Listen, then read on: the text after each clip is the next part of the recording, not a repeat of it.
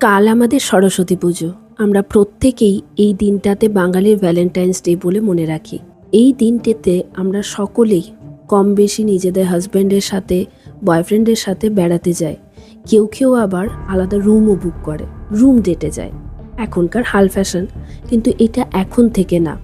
আমি তার আগে তোমাদের একটা গল্প শোনাই। 2002 সাল থেকে 2009 সাল পর্যন্ত কর্ণাটকে একজন সিরিয়াল কিলারের আবির্ভাব হয়েছিল।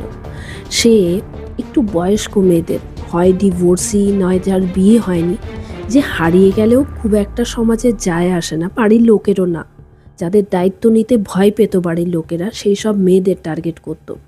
তাদেরকে নিজের প্রেমের জালে জড়িয়ে নিয়ে তাকে রুম ডেটে নিয়ে যেত।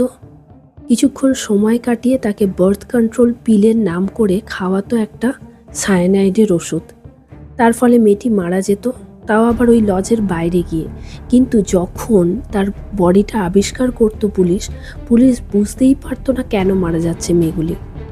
এই সব মেয়েদের অ্যাকচুয়ালি বডিও ক্লেম করতে কেউ আসতো না, যেহেতু সমাজের জন্য কিংবা বাড়ির লোকের জন্য তারা বোঝা হয়েই থেকে যেত।